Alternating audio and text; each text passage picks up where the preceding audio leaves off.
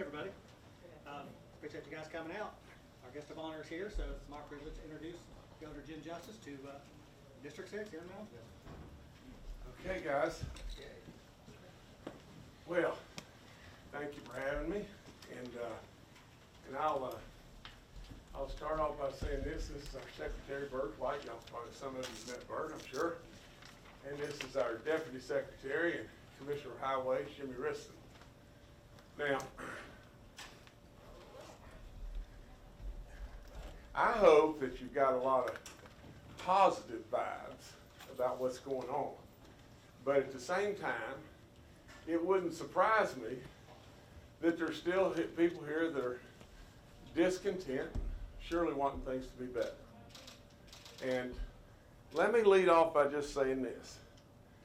I think, and I'm going to read you just a few things that they handed me this just a little while ago.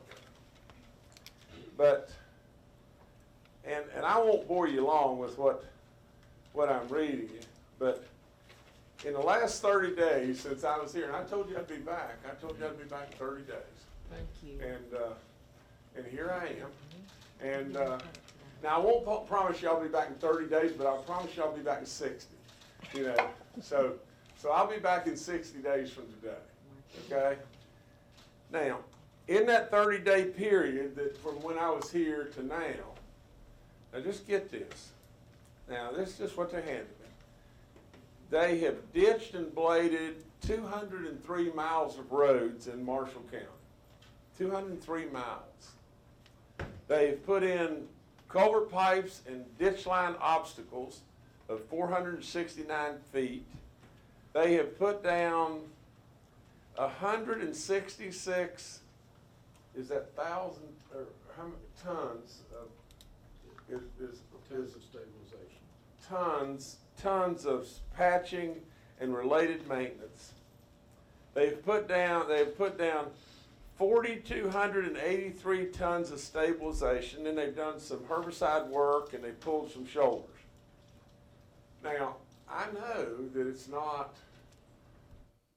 not complete, but for 30 days, it's pretty good stuff. That's all there is to it. Now, here's the other thing, and I think Jimmy just told me this. Let me give you this. Jimmy just told me this, that I think in this district, in June, is that correct? From now to the end of the year, in this district, they have appropriated $7 million. Is that correct? Or $7 million. Normally speaking, That's in paving. in paving. Normally speaking, that would be what would be done annually. Is that correct? That is correct. In this district. Now here's what I want to say to you, and here's the bottom line. It doesn't matter to me if you're Democrats or Republicans or independents. Then I'm going to answer your questions the best I can, and if I can't answer, I'm going to let these guys answer. Okay, I know we've got some senators here and some, delegates here and all that, and that's good. That's great.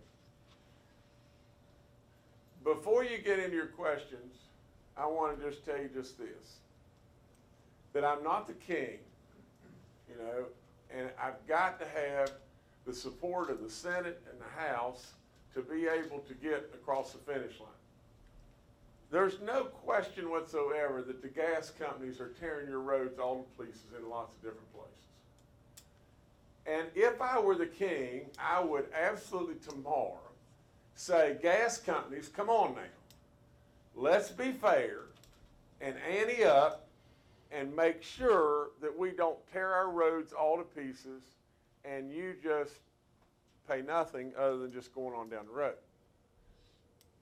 So I would say this, if the Senate and the House can get behind that effort, I'm there.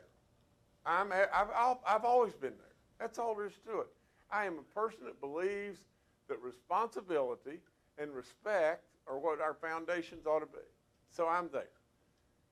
Now, just to tell it like it is and me just be as optimistic as I can possibly be or pessimistic, I think that's a big-time stretch that that's going to happen.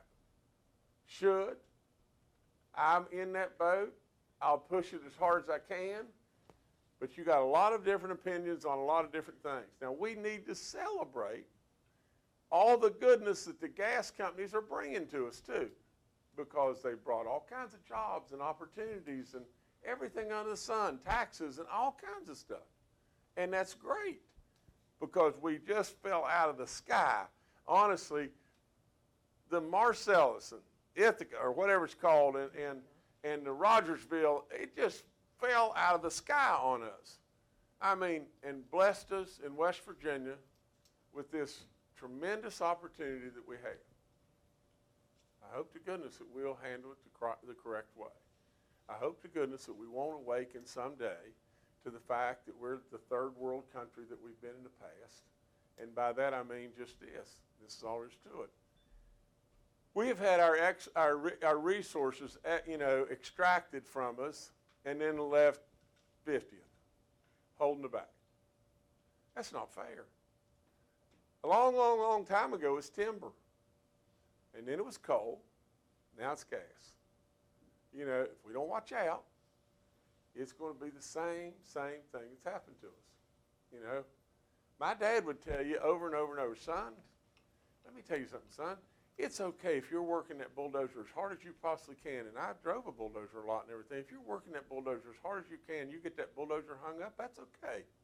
That's okay, son.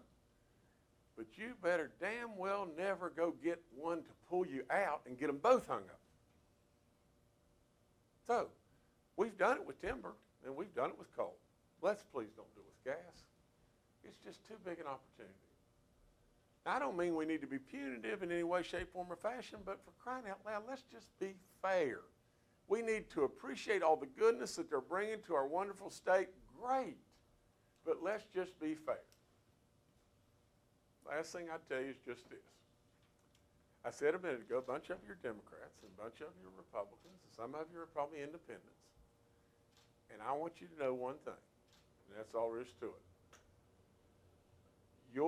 Whether you like it or not like it, and this man will testify to this, your governor from years ago as a Democrat sold your equipment. Manchin sold your equipment to fix the roads. And then his predecessor, a Democrat, came right behind him and everything, and Earl Ray, and you got 6 straight years of cut budget, cut budget, cut budget, and you didn't have a pot to pee in as far as fixing the roads. And the roads just got worse and worse and worse.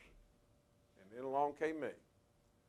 We passed a Roads to Prosperity thing, and we're doing great stuff. Absolutely, we saw that things need to be redirected and get back on our secondary roads. And that's what we're doing. And we're finding money and finding more money and more money and more money. But these roads didn't get in this shape in 2 years. They didn't. They just flat didn't. I'm not the enemy here. I'm trying to fix them. Now, all I would say to you is just this. When Manchin was in office, we had $300 a ton coal. We had $150 steam coal. For crying out loud, we had money coming in hand over fist, and we literally walked away from our roads. We did. I mean, God bless a milk cow. I can tell you we did. And then along came Earl Ray, and things got pretty daggum tough in the state, and nothing again. And now you've got a compounding. You've got these trucks, these gas trucks, that are just eating and eating and eating and eating, and the roads are all to pieces, and the ditches aren't pulled. And Dad would always say there's 3 ways to make a road. That's drainage, drainage, drainage. And when you don't pull the ditches and the water goes out on the road and the truck runs on the road, there's not enough asphalt made that's going to keep that road. I guarantee it. And then you suffer. You suffer. That's all there is to it. And then, on my watch, we hire a guy as the Secretary of Transportation, and his focus was the big projects. He loved the big projects and everything. Well, that's great. And I kept saying, we got to put more money over in the sector. We can't. We got to put more money in the We can't. Well, then he had to go another way. And we are. We can't fix this in 20 minutes. That amount of stuff that's been done in 30 days is pretty damn good stuff. And we're on it. We're flat dead on it. Now, ask me anything you choose to ask. Yes, sir. Number one, thank you, Governor, for coming back, and I appreciate you keeping your word and coming back here to Marshall County.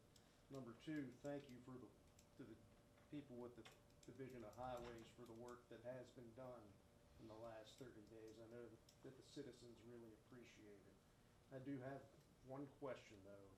You talked about us working together to help you with the roads.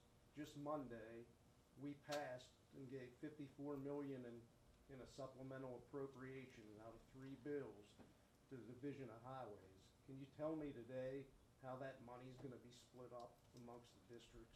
Well, I can't tell you, I can't tell you exactly how it's gonna be split up, but I can comment, okay? Here's what's happening. Maybe Bird, you can comment some on this too. But here's what we did. You know, in the month of April, we rolled in and we had a $53.6 million surplus in the month of April. So then we kept going back and looking, where's their money, where's their money, where's their money? And Bert will tell you, you know, that back in the highway department, we found additional monies too.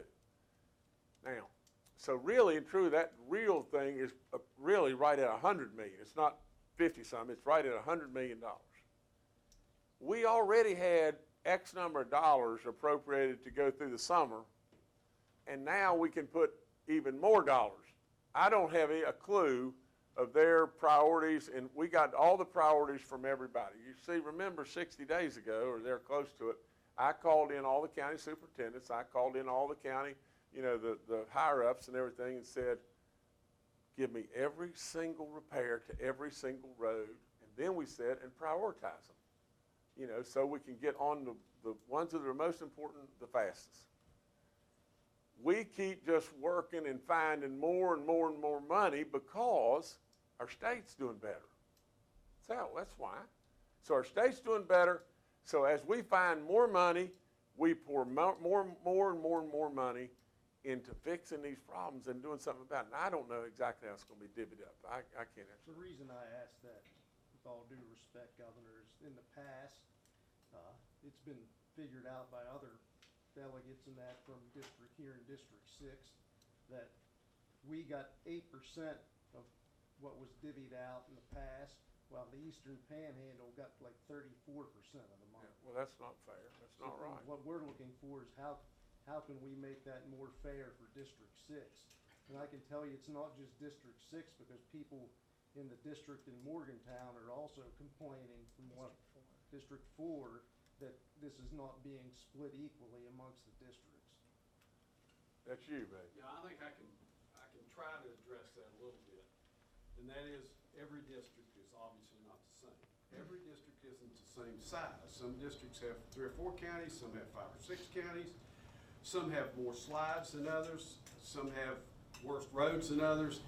It's a mixture of what their problems are.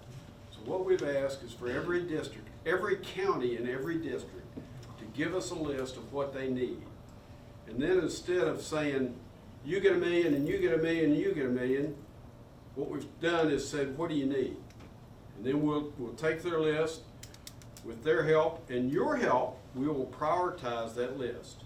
And it was, y'all were great. Y'all gave, we were talking, Jimmy and I were talking this morning about the fact that we asked for the money, and now you gave it to us.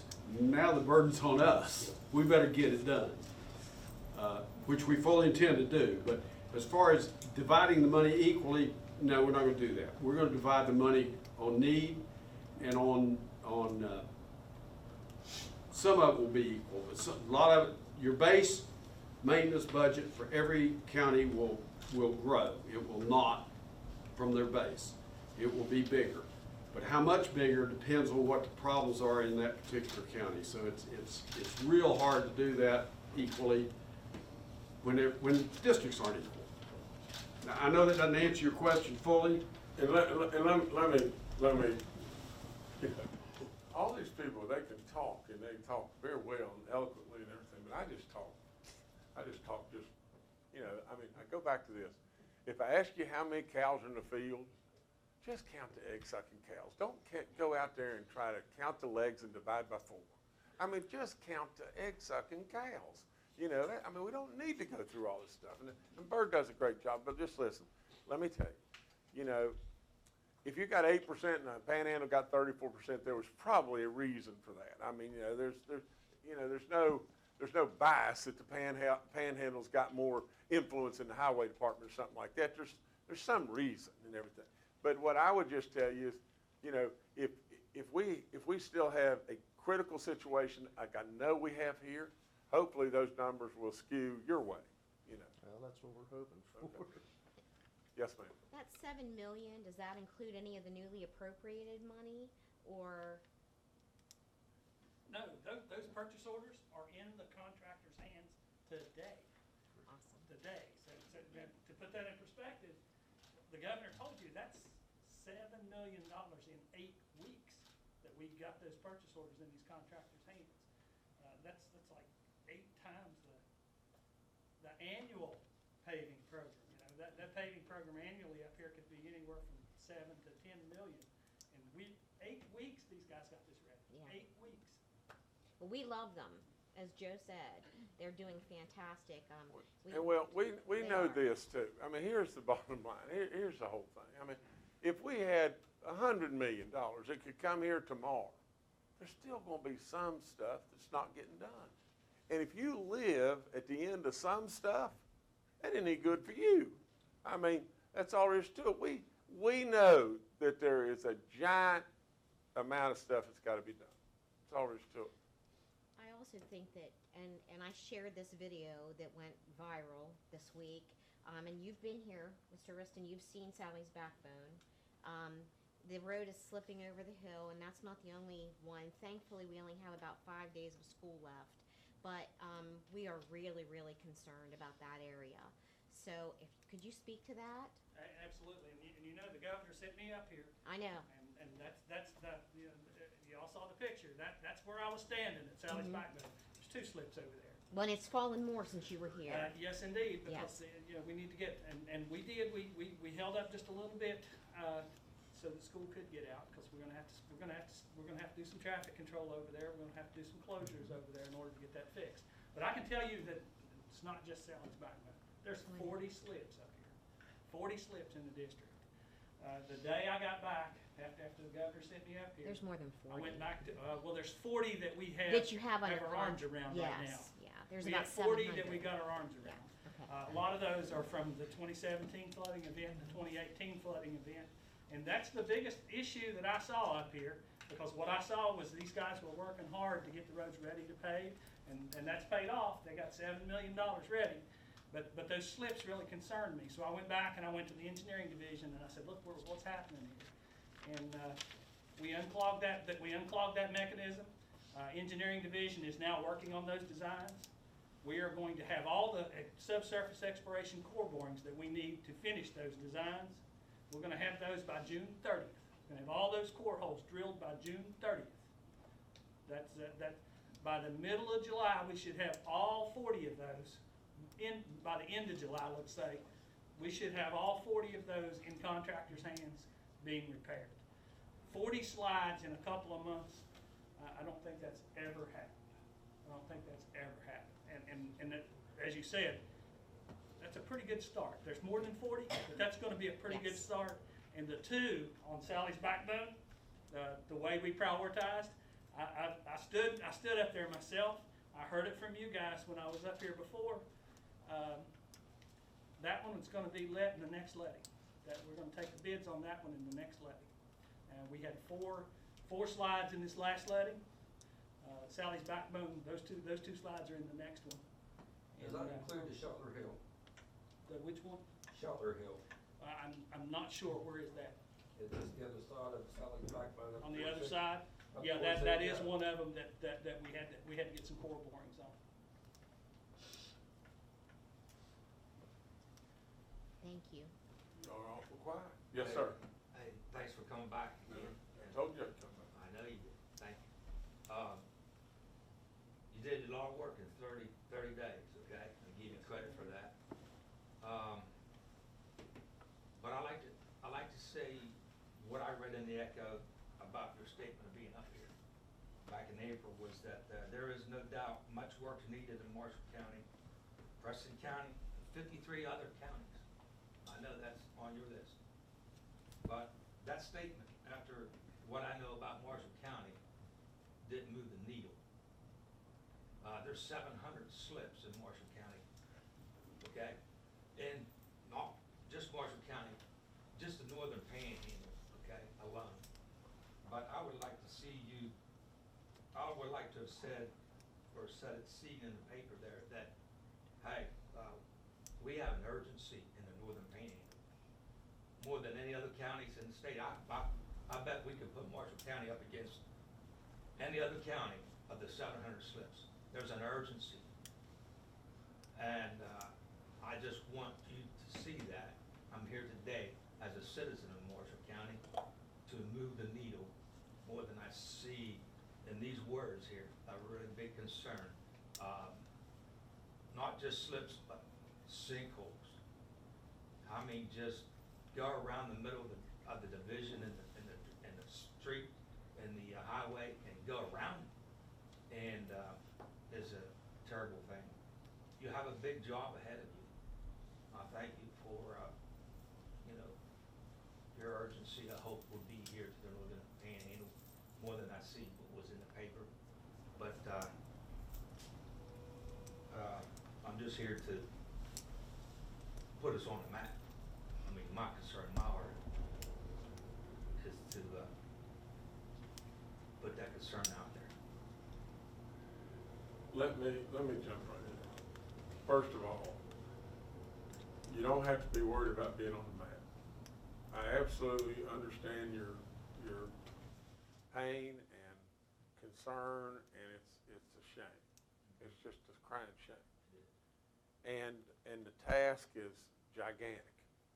And I love it because I love big challenges. I mean, that's what I've done my whole life.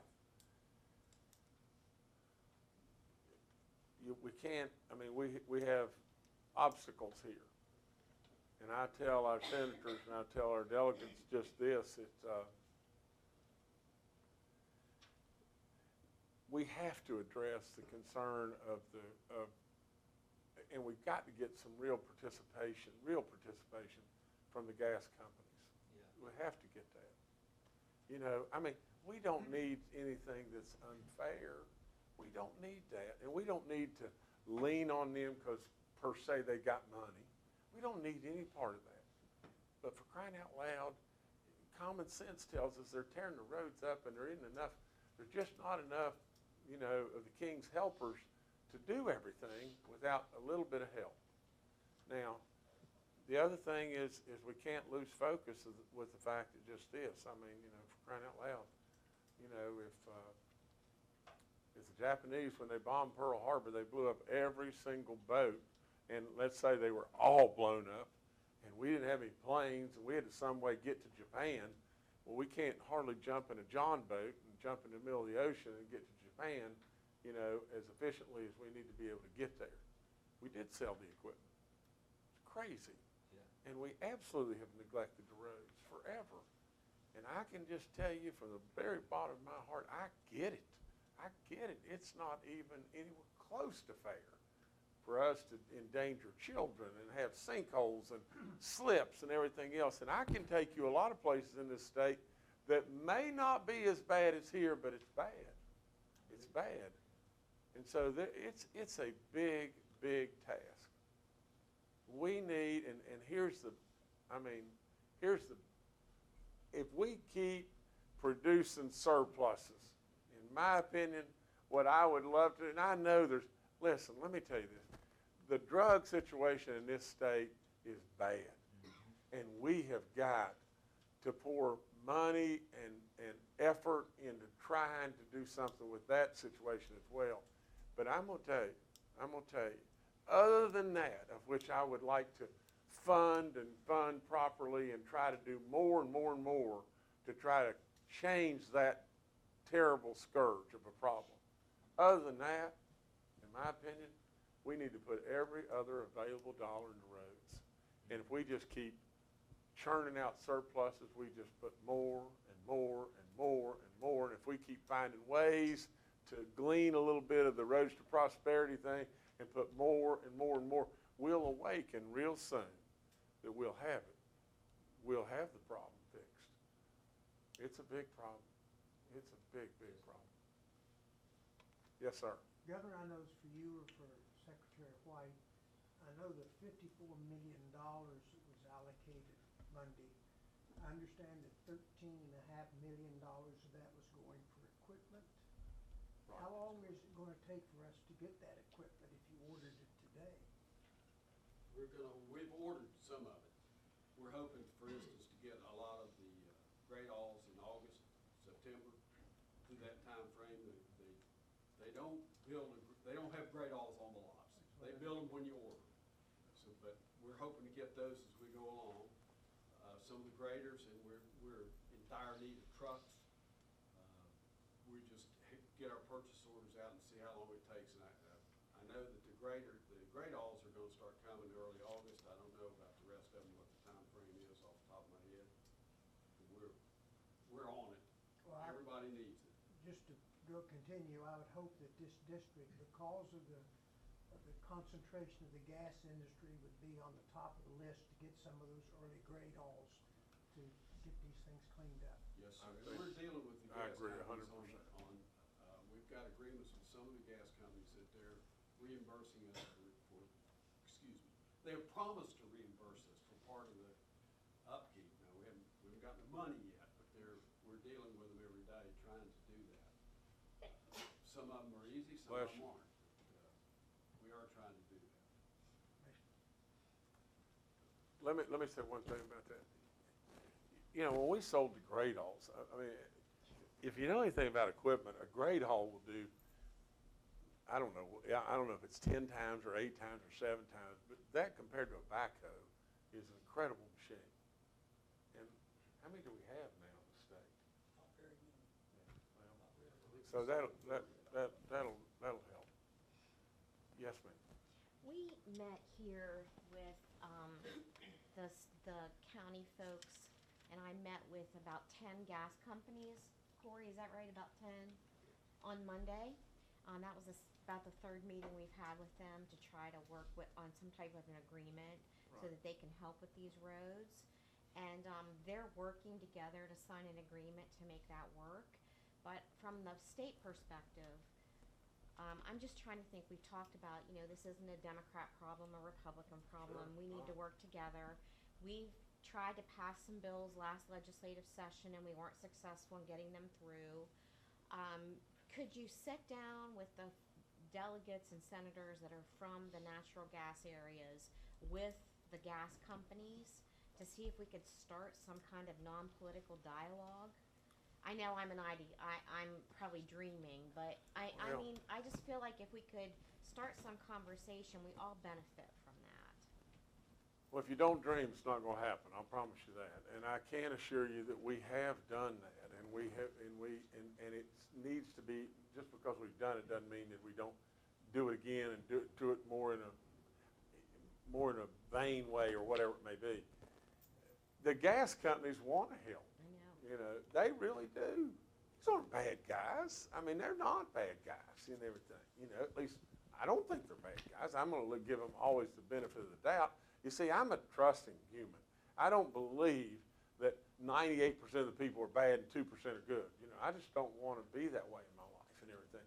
But here's what, you know, and I'll assure you, we have got to get everybody pulling the boat and pulling the rope together. I mean, that's all there is to it. What Democrat or Republican, you know, whether it be our House or our Senate or whatever, independent, whatever, and the gas companies and all of us, the highway department and everything, we got to everybody be behind the war effort. This is like we've been attacked, and everybody needs to be in trying to help. And if I need to be the leader of the band, I've tried to do that. And what I do is it's almost like a can of night crawlers. I mean, when I get 2 or 3 in the can, I turn around and look, and all of a sudden they're crawling out of the can, going in a different direction, and I can't get them in the can. I just can't get us in the can. And I'll keep trying. It's a good idea.